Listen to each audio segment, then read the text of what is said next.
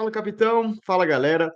Muito bem-vindos a mais um Gregário Tech, esse programa que eu, Nicolas Sessler, recebo diversos convidados para falar um pouco do universo da alta performance, seja relacionado à bicicleta que a gente tanto gosta, ou seja a performance esportiva, seja a nutrição, ou tudo relacionado ao que pode ser a melhora no nosso rendimento ou do nosso equipamento. Para o programa de hoje, eu acho que a gente volta então a falar um pouco de nutrição. Fazia tempo que a gente não recebia a Lili Moraes aqui para falar conosco, ela já participou, da Casa Gregário, roda no Pelote constantemente.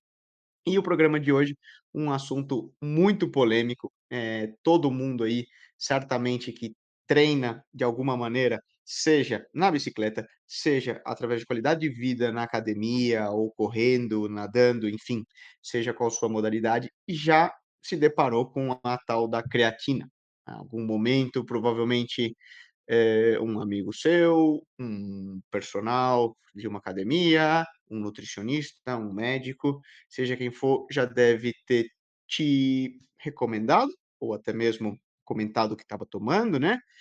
E sempre existiu muita dúvida. Sempre existiu muita dúvida qual é o seu uso, como ser utilizado, quais modalidades efetivamente se beneficiam e para isso, a gente decidiu então trazer a Lili para tirar um pouco nossas dúvidas e falar um pouco mais desse suplemento que também é um dos que dos 5 suplementos que estão na lista com evidência A de, vamos dizer, de performance, né, de utilização, né, que realmente tem uma melhora na performance ergogênica. Então, sem mais delongas, vamos introduzir Lili, muito bem-vinda ao programa, sempre uma honra ter você aqui conosco, você já é da casa, né, já roda no Pelote sempre. Então, mais uma vez, obrigado aqui por estar conosco. Obrigada, Nicolas, por estarmos juntos mais uma vez, né? Meu nome é Elizabeth Moraes, vou me apresentar para quem não me conhece ainda, né? Aos novos aqui no Gregário. Sou nutricionista esportiva, ex-atleta profissional de ciclismo de estrada e atualmente trabalho com o meu maior público aí no consultório, são os atletas de endurance, atletas profissionais, amadores e até olímpicos também. E é sempre um prazer estar por aqui. É sempre um orgulho. Aí, falando de Olimpíada, a gente está agora mesmo, né? Estamos nos jogos de. Estão rolando os Jogos de Santiago, no Sim. Chile, e vários atletas aí participando, né? Sempre é legal quando a gente toca no tema Olimpíada, os Jogos Pan-Americanos também, né? Porque sai um pouco da bolha específica da modalidade. Mas vamos lá. Sim. Falando especificamente de creatina, é um suplemento que sempre gerou polêmica, e de muitos e muitos tempo. Muito, muito Hum, tempo, né? A grande associação à creatina, né, Lili, que a maioria das pessoas relaciona, é ao típico marombeiro, o cara que quer ficar grande e inchar na academia. Vamos lá, explica um pouco para nós o que é a creatina, seu funcionamento e por que a gente associa então, né, para começar com os marombeiros, com todo respeito. sim. Sim. Bom, a creatina, né, ela é um aminoácido, o nosso próprio corpo a produz, tá? Principalmente ali pelo fígado, né? Então, a gente pode produzir, mas a gente pode consumir também. Os alimentos proteicos, por exemplo, carnes e frangos, são fontes de creatina também, tá? Mas a gente pode suplementar, caso seja necessário, tá? Essa creatina, né, produzida ou consumida, ela vai cair na corrente sanguínea e vai sofrer um transporte para dentro do tecido muscular, no caso, o músculo esquelético, tá? Então, dentro da célula muscular, ela vai ser estocada em forma de fosfocreatina. Essa fosfocreatina, ela vai agir na ressíntese de ATP. O que seria isso? Ela vai sintetizar com muita facilidade a nossa moedinha de energia, que é o ATP. A gente utiliza para qualquer contração muscular, para qualquer funcionamento do nosso corpo, a gente precisa dessa moeda de energia, tá? E a gente sabe que nas modalidades esportivas, para o processo de recuperação muscular, quanto mais ressíntese de ATP é feita, ou quanto mais rápida ela ocorre, melhor para a performance física e para a recuperação muscular, tá? Então, esse é o mecanismo de ação em que ela é estocada, tá? Agora, o que que ela tem como aplicabilidade para os esportes, tá? Justamente em esportes de altíssima intensidade, quando a gente está falando de um sprint, de um levantamento de peso, né? Principalmente quando o atleta, por exemplo, vai fazer um ataque no meio do pelotão, vai buscar uma fuga, né? A gente chega em intensidades muito altas, né, para contração muscular. Tanto é que o atleta pode perceber isso se ele olhar no medidor de potência, por exemplo, ou olhar a frequência cardíaca dele, sobe muito, né? O nosso corpo trabalhando como se não houvesse amanhã, né? Para justamente conseguir contrair esse músculo. E aí, nessas zonas de intensidades muito altas, a gente utiliza como substrato energético, ou seja, a gente utiliza a energia, a fosfocreatina. Só que a gente só usa essa Hum. fosfocreatina em milésimos de segundo, porque abaixo dessa zona altíssima de intensidade, a gente vai usar a glicose primordialmente como fonte de energia. E em baixas intensidades, a gordura como fonte primordial de energia. Então é como se fosse uma piramidezinha. Em baixa intensidade, a gente utiliza prioritariamente gorduras como fonte de energia. Quanto maior a intensidade, maior a utilização de glicose como para a produção energética, e no topo da pirâmide, aquele negócio que a gente só consegue ficar em milésimos de segundo, a fosfocreatina. Tá? Então, por isso que ela brilha muito aos olhos no quesito suplementação. Porque se a gente consegue que o atleta tenha um estoque dessa fosfocreatina no músculo, a gente sabe que, caso ele precise suportar essas intensidades altíssimas, ele vai ter essa energia. Então, Sim, é o conceito, né, de esforços de curtíssima duração, curtíssima. extremamente explosivos, né, seria esse início, né. Então, por isso, de Exatamente. certa forma, modalidades, como o levantamento de peso, como o uso dela na academia, você teria faria mais sentido do que um esporte de endurance, inicialmente, né. Porque talvez um E esporte de ultra endurance, o atleta nunca toque os estoques nunca de toque creatina, nisso. vamos pensar. Não, né, Exatamente. um Isso, maratonista, por exemplo, não vai tocar os estoques de creatina. isso. Aí eu vou explicar um pouquinho agora da funcionalidade dela, e aí depois a gente vai entrar nessa questão da aplicabilidade, né, para quem que a gente pode, de repente, Uhum. utilizar e por que utilizar também. Fala pessoal, aqui é o Leandro Bittar. Eu estou fazendo uma pequena interrupção nesse podcast, mas é um recado muito importante da Shimano sobre o recall dos pé de velas Ultegra e Dura-Ace. Se liga! Aviso de risco: pé de velas Estrada 11 velocidades Hollowtech 2. Reafirmando o compromisso com a satisfação e segurança de nossos clientes, a Blue Cycle e Fishing Distribuidora SA, distribuidora exclusiva dos produtos da marca Shimano no Brasil, convoca os clientes que adquiriram o produto Pé de Velas Estrada 11 velocidades Hollowtech 2 da marca Shimano, fabricados entre 1º de junho de 2012 e 30 de junho de 2019, ou que tenham adquirido bicicletas equipadas com o produto, a comparecerem a uma assistência autorizada da Shimano para a realização gratuita de inspeção técnica e, se o caso, substituição do pé de vela. Recentemente, identificamos que alguns pé de velas podem apresentar delaminação ou separação na colagem de suas camadas e, consequentemente, podem se partir. Nesses casos, o ciclista pode perder o controle da bicicleta equipada com os pé de velas, podendo ocasionar acidentes, quedas e lesões. Os produtos afetados são pé de velas Dura-Ace e Ultegra, com os seguintes números de modelo: Ultegra FC 6800, FCR 8000, Dura-Ace FC 9000, FCR 9100 e FCR 9100P, e com os códigos de produção KF-AKL, LA-ALL, MA-AML, NA-ANL, OA-AOL, PA-APL, QA-AQL, RA-ARF. Os números de modelo e os códigos de produção estão estampados no lado interno do braço do pé de vela, na parte próxima ao encaixe do pedal. Para verificar se o seu pé de vela está contemplado nessa campanha, entre em contato conosco por meio do telefone gratuito 0800 940 0407, das 8 às 17 horas, de segunda a sexta-feira, ou pelo website bike.shimano.com.br, no menu Informação, opção Contato. Se o seu pé de vela estiver contemplado em um desses códigos de produção, recomendamos o imediato comparecimento a uma das assistências técnicas indicadas no website www.shimanoservicecenter.com.br/lojas. Os serviços de inspeção e reparo são gratuitos, poderão ser agendados de imediato e levam cerca de 45 a 60 minutos. Tá? Então, assim, os estudos mostram que ela ajuda muito nesse processo de hipertrofia, ganho de força muscular, e ela também otimiza a recuperação muscular. Tanto porque ela aumenta a quantidade de ATP ali no músculo, tanto porque ela aumenta a quantidade de água intramuscular, quanto porque ela ativa também a ressíntese de glicogênio muscular.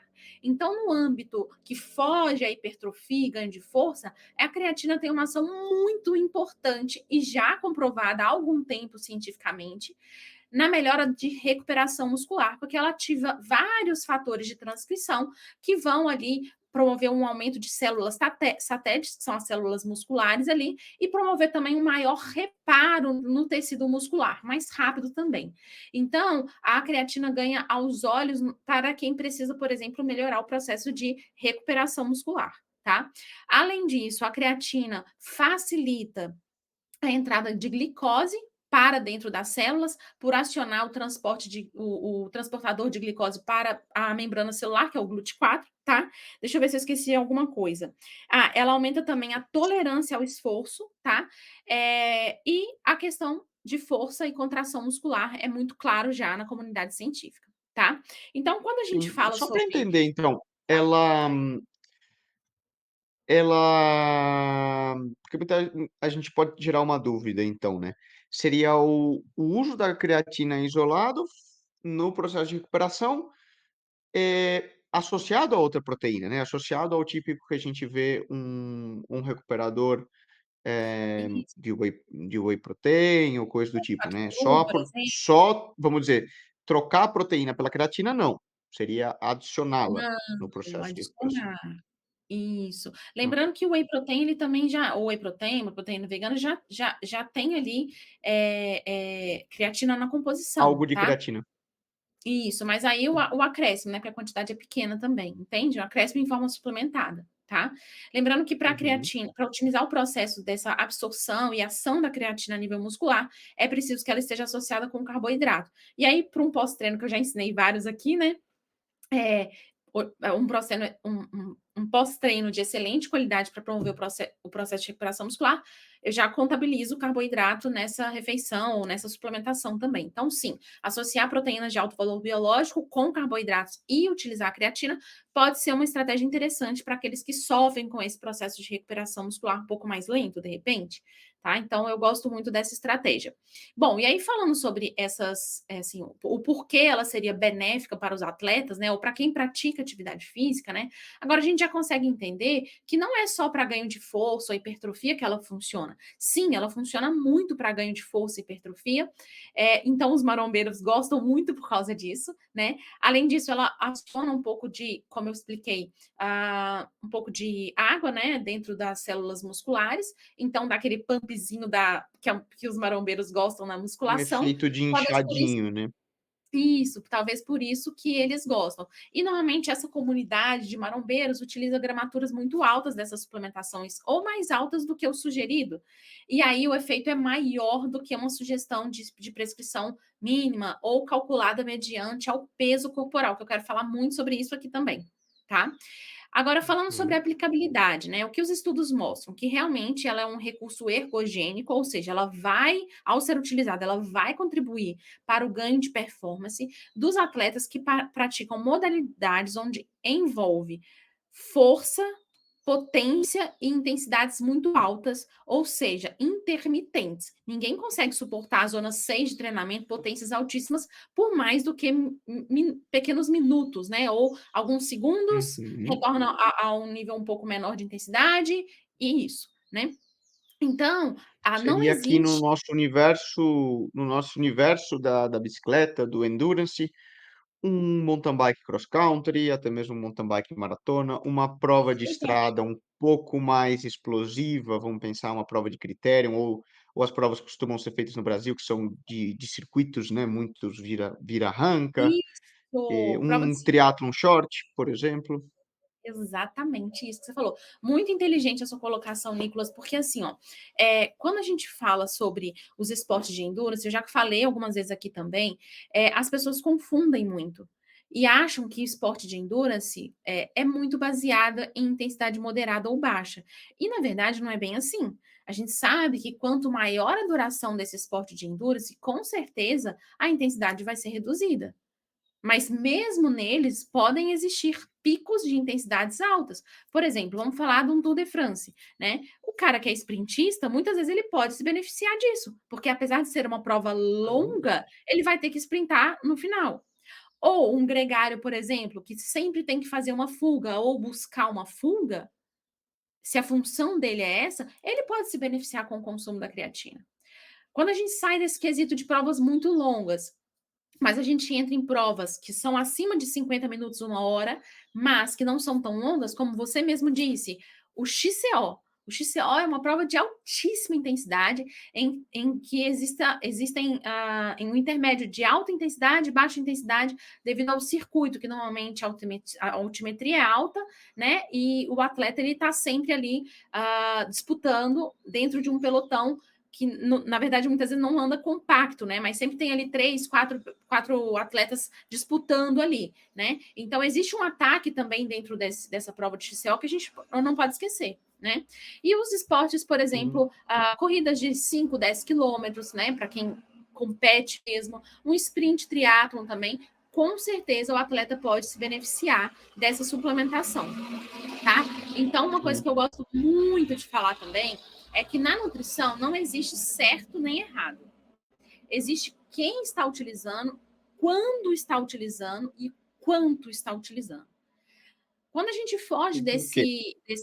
desse conceito, desse pensamento, dessas modalidades, por exemplo, que a gente falou agora, que poderiam se beneficiar, que são essas modalidades onde existem intensidades muito altas, mas a gente pode, por exemplo, usar a creatina num atleta de endurance que precisa otimizar o processo de recuperação muscular. Por exemplo, um triatleta que vai fazer um Ironman e está num ciclo de treino para o Ironman e ele faz uma modalidade de manhã que é a corrida, na hora do almoço ele nada, à tarde ele vai correr ou fazer musculação. Como assim? O atleta faz 3 períodos de treino no dia, final de semana ele pedala mais do que 6 horas com uma corrida depois. Então, ele é um atleta que precisa estar sempre bem recuperado entre as sessões de treinamento para chegar na sessão de treinamento e conseguir executar um bom treino. Não que exista só Sim. a creatina como recurso para otimizar o processo de recuperação muscular, mas às vezes esse atleta, ao consumir, percebe a resposta primordial nesse processo de recuperação muscular com a utilização de creatina. Outros já não são responsivos. Então, a gente precisa também entender, fugir só daquele conceito, atleta de endurance vai ficar Testar um retido se pouquinho cada ciclista, testar no atleta, entender o cada contexto de atleta. treinamento dele, né? E entender o atleta em específico. E eu também gosto de frisar uma coisa muito importante. Às vezes a gente fala assim: o atleta de endurance não precisa da creatina. Mas peraí, quem é esse atleta? Ele tem o quê? Uma diabetes? Então ele pode se beneficiar da creatina. Ele tem um histórico familiar de doença neurodegenerativa. Os estudos já apontam, né, a creatina como um protetor dos nossos neurônios, né, prevenindo aí doenças neurodegenerativas. Hoje eu estou embolando tudo. Degenerativas. Isso. É um atleta, como eu falei, que tem esse histórico de saúde, é um atleta que tem muita falha no processo de recuperação muscular, ou, por exemplo, é um atleta que está trabalhando no período de base e fazendo 3 vezes na semana musculação, porque o treinador identificou que ele está com uma perda de massa muscular, uma perda de força. Então, às vezes, só na base, o atleta vai utilizar a creatina. Entende? Então, Sim. quando a gente sai desse pensamento muito fechado, do tipo, eu vou ficar retido, sou atleta de endurance, não vou usar. Mas espera aí, às vezes você não precisa mesmo, às vezes você não vai se beneficiar mesmo, mas dependendo da sua fase de treinamento, do seu histórico de saúde, de como está o seu físico, precisando de mais músculo ou não, você já é uma pessoa tem uma densidade muscular muito alta, a gente pode utilizar. E aí, só para Uhum. finalizar, Nicolas, Agora, fala. Uma dúvida, Lili. Você só apontou potenciais benefícios da creatina. O que Sim. seria por que um atleta de endurance potencialmente não quer utilizar a creatina? Ou teria algum medo? Tem alguma contrapartida? Isso, muitos atletas de endurance, até nutricionistas e treinadores, muitas vezes sugerem não utilizar, porque a utilização de creatina pode elevar levemente o peso do atleta, tá? Só que essa elevação, os estudos apontam que pode ser de meio quilo a 1,5 kg, dependendo do peso corporal e da altura do indivíduo. Então, aqueles indivíduos que são maiores, são mais pesados, mais altos, mais pesados, podem inchar um pouquinho mais, e os menores um pouquinho menos, tá? Porém, a maioria das Proporcionalmente prescrições seria similar similares, exatamente. o ganho. Porém, algumas pessoas não observam esse ganho de peso ao utilizar, e a sugestão padrão, e muito no meu ponto de vista generalista, para a utilização de creatina, sugerem, né, a utilização de 3 a 6 gramas ao dia, tá?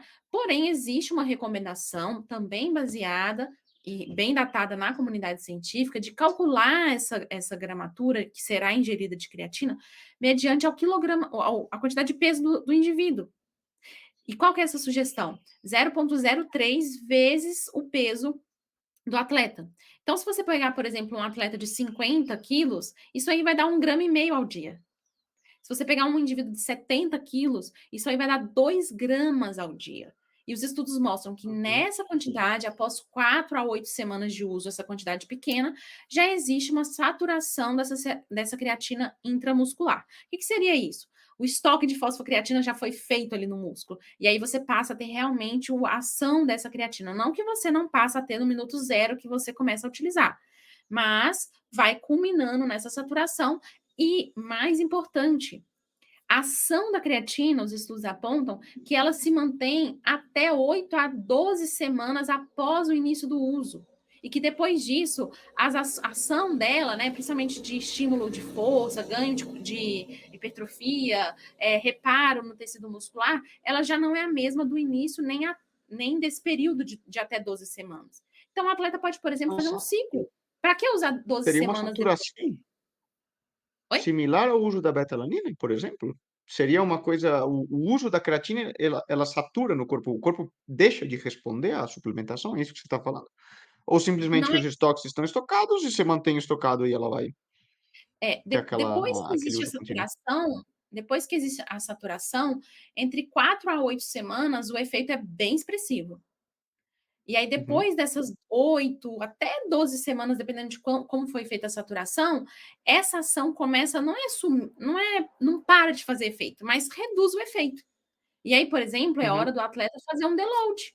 Para, por exemplo, 4 semanas ou 8 semanas e volta a utilizar depois. Né? Então, muitos uhum, atletas têm feito isso, por exemplo, no período de base, né? Fora do período competitivo, por exemplo, para ter ali o efeito positivo no período de base, ou até no início da preparação específica, e deixam de utilizar, por exemplo, de 2 a 4 semanas pré-prova, e não vai ter o efeito de retenção, só vai ter o efeito benéfico durante o ciclo de treinamento mesmo. Entendeu? Então, lembrando que quando a gente faz uma pausa, tá? Só para não ficar confuso aqui. Quando a gente faz uma pausa, né?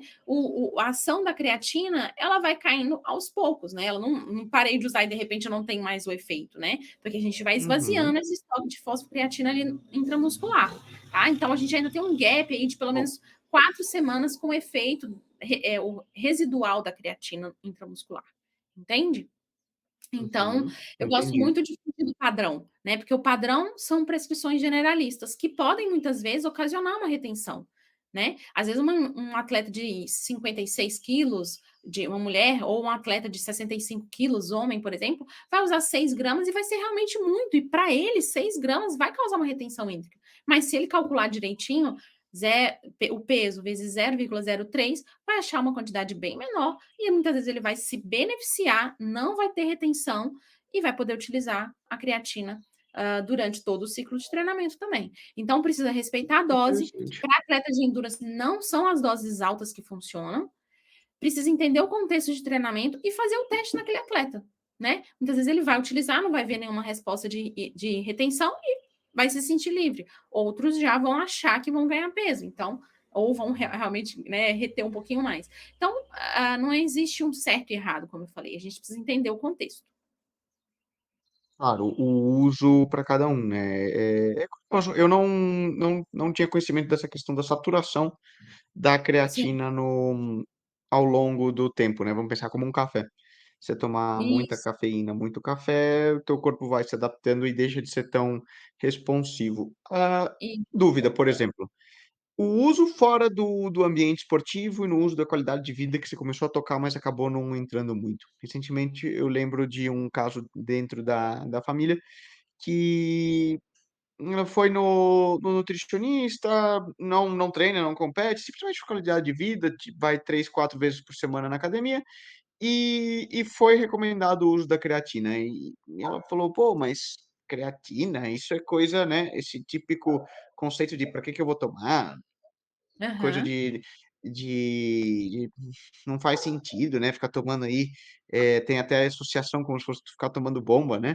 E seria então, por que recomendar a uma pessoa, até uma pessoa mais, já de mais idade, vamos necessidade. pensar, tem um efeito benéfico também em algo que seria relacionado à saúde? Sim.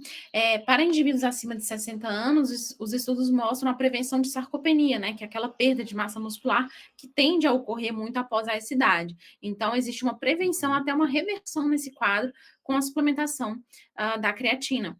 Né, e a gente sabe que para a nossa longevidade, para a nossa autonomia na vida sênior, nós precisamos de ter músculos, né, para sentar, Claro. levantar da cama, né, para ir ao banheiro, para andar, a gente precisa ter os nossos músculos ali literalmente ativos, né, e presentes, né.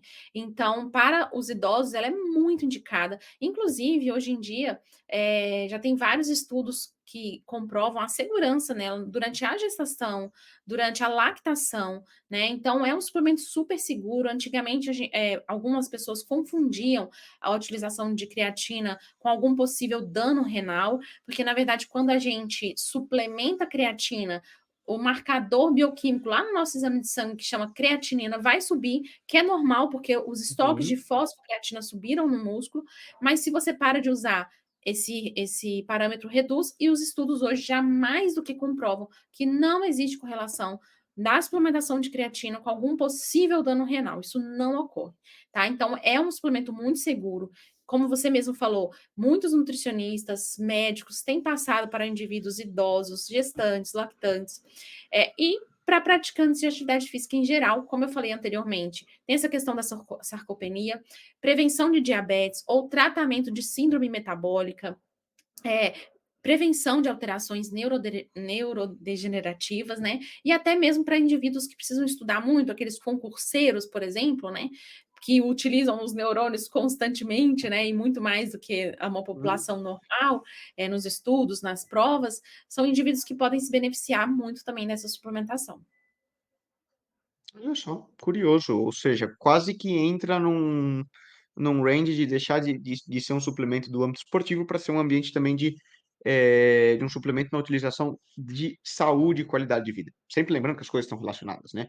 Antes a saúde para depois vir a 100%. performance do É, indivíduo. Você já matou outra pergunta que eu tinha, que era do Mythbusters aí, né, da questão da saúde renal, que muita gente fala: "Ah, mas isso. poderia causar uma sobrecarga renal", você já explicou que não. Não, Lili, não outra mesmo. pergunta, origem dessa creatina e qualidade do suplemento que você compra. Isso, A gente legal. sabe que Isso. muitas vezes dentro de uma mesma marca, ele oferece talvez, às vezes, até 2, 3 linhas de creatina diferente.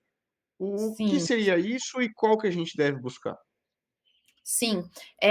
Bom, essa classificação da creatina, né, ela está muito atrelada ao grau de pureza dela dentro daquele pó, né. Então, quanto maior a concentração do ativo creatina no pó, que é a suplementação, que a gente não pode esquecer, não sei se todo mundo sabe, até numa cápsula, por exemplo, a gente tem um veículo, que é como se fosse o carro que leva a creatina, né. Então, assim, quanto menor a quantidade desse veículo e maior a quantidade da creatina, a gente sabe que a pureza do produto é muito maior e, obviamente, a efetividade nessa suplementação também será maior, tá? Então, assim, a gente precisa pelo menos buscar a creatina que seja monoidratada, que a gente sabe que a ação dela a nível de absorção e ação, né, no músculo esquelético, ela é maior, tá? E aí, a gente tem também aquele famoso selinho Creapure, né? Que é de onde realmente vem a creatina, que a gente chama de 100% pura, tá? As demais monohidratadas, elas vão variar aí de 97 a 99% o grau de pureza delas. Já a Creapure em torno Uhum. de 100% mesmo, tá? Então, é o mínimo que a gente Isso pede a chega a monohidratada. impactar alguma coisa no uso, vamos falar, trazendo para um ambiente real, o fato de que ela seja 100% ou 97% Sim. pode refletir em alguma coisa?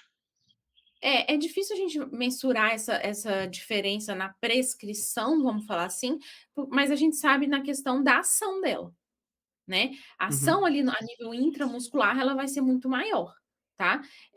Agora, não dá também para a gente poder ficar subindo muito a quantidade, por exemplo, da monohidratada e gerando, por exemplo, uma retenção, né, ou, por exemplo, aumentando o custo do paciente, né, ao comprar e consumir essa creatina, né. Então, assim, Uhum. as monohidratadas A elas já são recomendação bem. busque realmente a Creapure, se A você tem creatina é acesso. muito interessante, mas a gente não pode deixar de falar que a monohidratada tem uma ação muito muito boa também. O que não dá é para ficar comprando creatina misturada, que a gente não sabe o que que é, né. Então, assim, só creatina ali no rótulo ou na lista de ingredientes, não. Pelo menos que seja monohidratada e, se possível, a Creapure, né. Claro, buscar uma marca, obviamente, vamos pensar, né, o que a gente já falou diversas vezes aqui no programa, você já deve ter escutado inúmeras vezes, busque conhecer o suplemento que você está Isso, consumindo. onde você está consumindo. Qual é a origem dele, qual a segurança, porque a matéria-prima faz muita diferença, né, como é E lidado, o laboratório, isso tudo. Sim. E outra coisa, às vezes, por exemplo, você vai comprar uma marca que vem contaminada, né, com outros ativos aí que, por exemplo, podem ter repercussão, como uma queda de cabelo. Muita gente confunde isso. Creatina causa queda de cabelo? Não, gente, creatina não causa queda de cabelo, de forma alguma. Porém, se você comprar uma marca do Zequinha da esquina, você não sabe o que que tem no meio dela. E aí fica É, difícil falar, né? Será que não é um produto que foi misturado ali, que pode causar essa agressão? Será que não é muito corante ou conservante que foi adicionado, por exemplo? Então, tudo isso tem que ser levado em questão ao consumir, né. Eu acho que a gente preza tanto, né, por saúde e qualidade de vida, na hora de escolher o suplemento não pode ser diferente. Tem que escolher um bom suplemento. mesma coisa, né, o barato sai caro, às vezes. E se Exatamente, sai você caro. for considerar pelo uso, pelas dosagens, até que você nos recomendou, é não é um suplemento caro, né, vamos pensar. Não, Porque se você não, comprar um potinho de 300 gramas nas quantidades que você passou para nós, vai durar 105 100 meio ano, dias. É. né. Se for usar 3 gramas no dia, são 100 dias, né, isso mesmo, né. Se for de 300 gramas, é isso Exato, ou mesmo. menos até, né. Se for um 1,5, por exemplo, vai durar 200 dias, né, então assim, é um suplemento que vale a pena investir na qualidade como todos os outros, com certeza. E certamente não vai pesar. Ele uso e quando tomar, porque Ah, a gente falou legal. de quantidades, a gente falou de por que tomar, mas como Isso, tomar?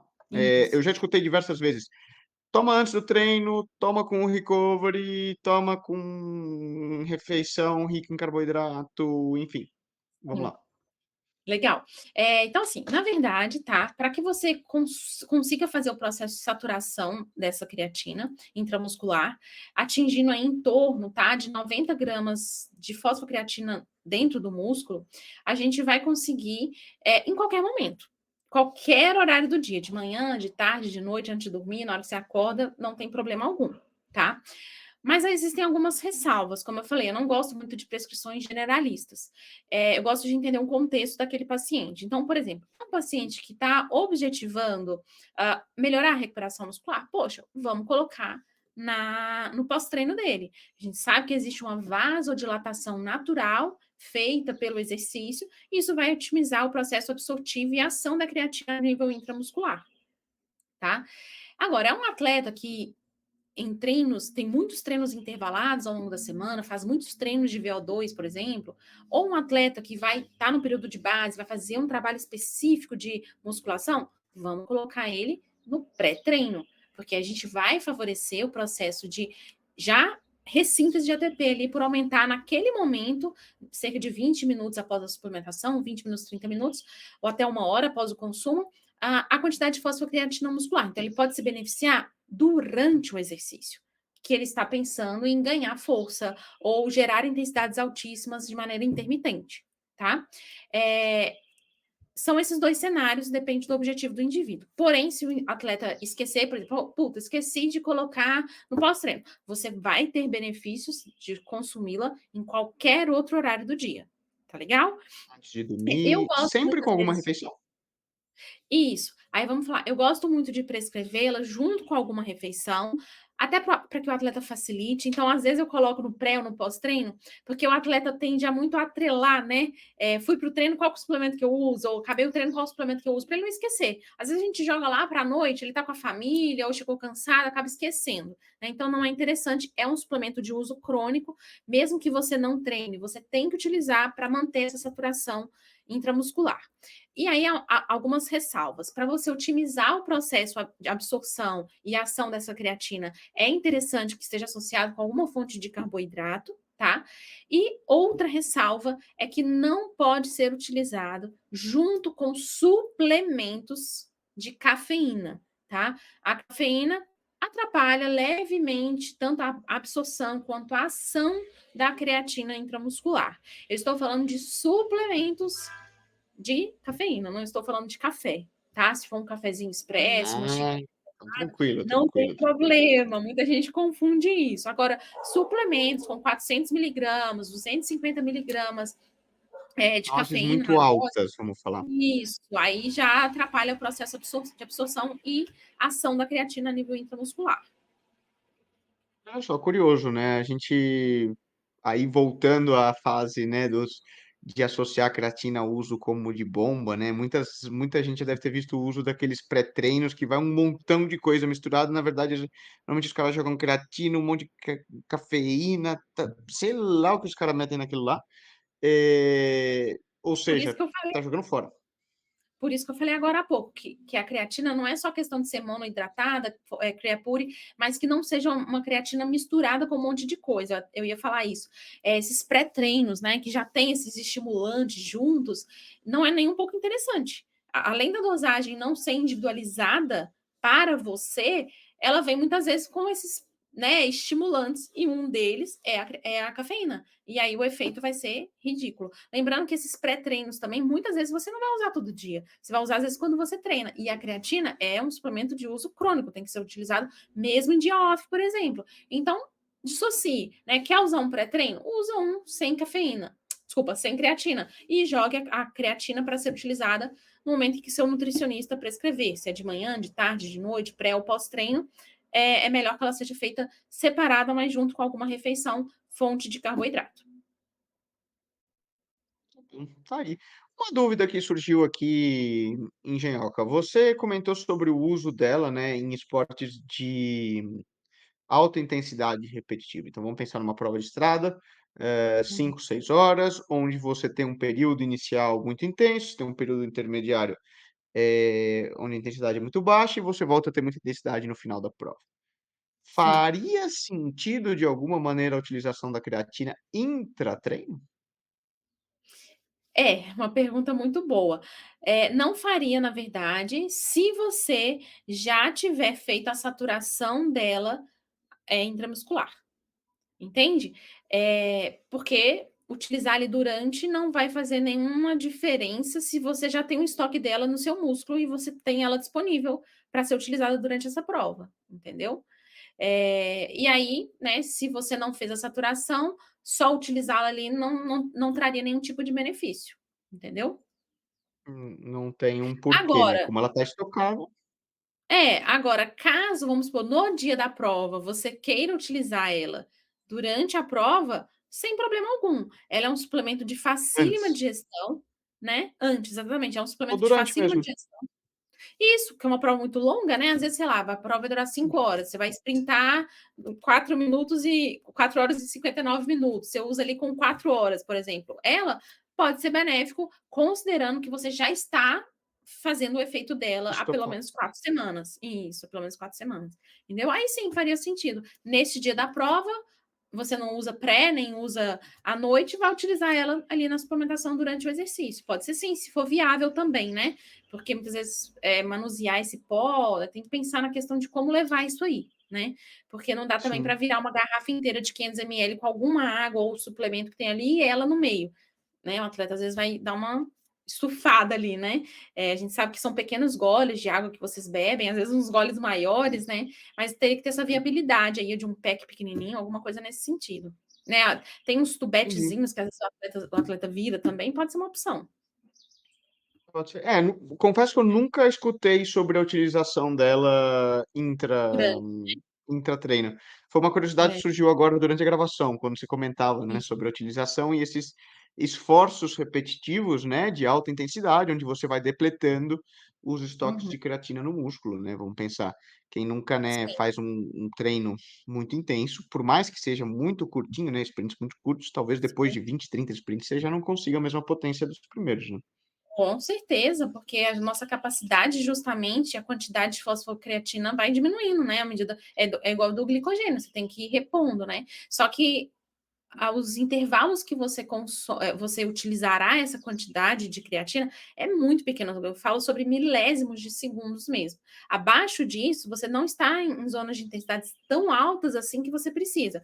Aí, nesse caso, você vai estar utilizando mais glicose como fonte primordial de geração de energia.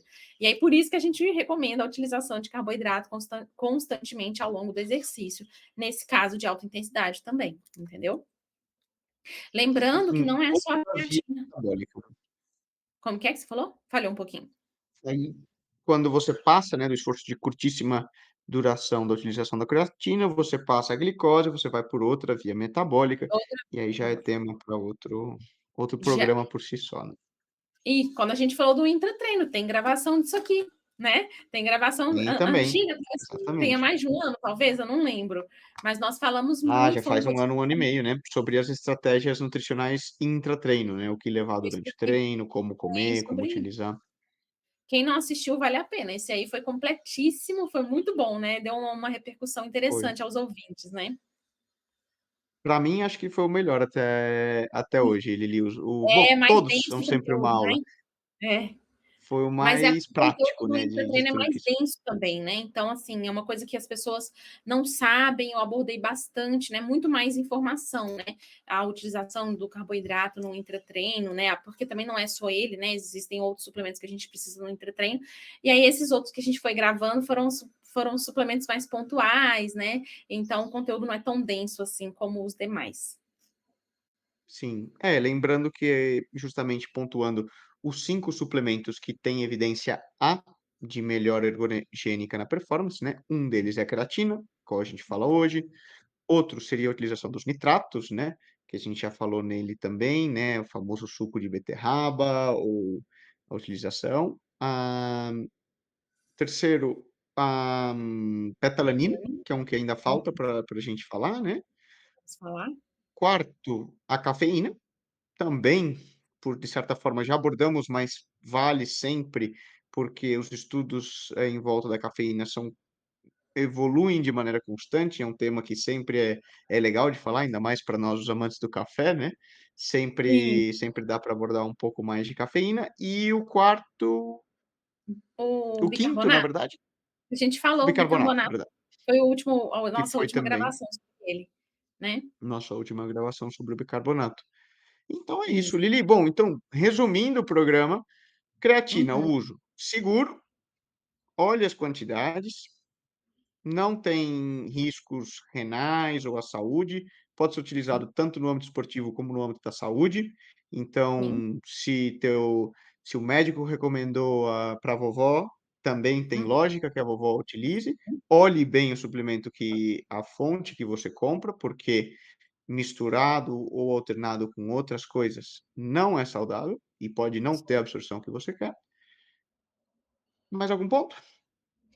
E utilizar mediante a periodização de treinamento. Muitas vezes ele não vai ser interessante, por exemplo, para você num pré-prova, mas no período de base sim, ou vice-versa. Às vezes o atleta vai precisar mais de um período de treinamento específico, onde ele sente mais fadiga, mais dificuldade de recuperação muscular.